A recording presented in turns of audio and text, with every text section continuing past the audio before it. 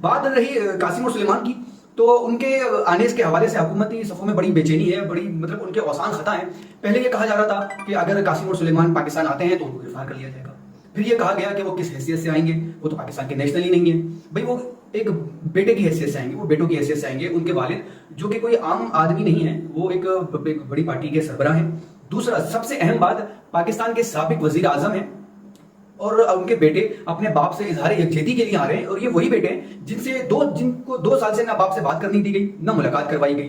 WhatsApp का जमाना है, डिजिटल जमाना है सर, आप वीडियो कॉल पे भी बात करवा सकते हैं, लेकिन बिल्कुल हुकूमत की तरफ से ऐसा रखा हुआ है इमरान खान साहब को जैसे वो पता नहीं कितने बड़े मुजरिम हैं, और अगर वो उनसे बात करवा दी जाएगी तो हुकूमत को कितना नुकसान हो जाएगा, या ऐसे कौन सी बातें निकल जाएंगी, अवाम में फैल जाएंगी, या क्या हो जाएगा।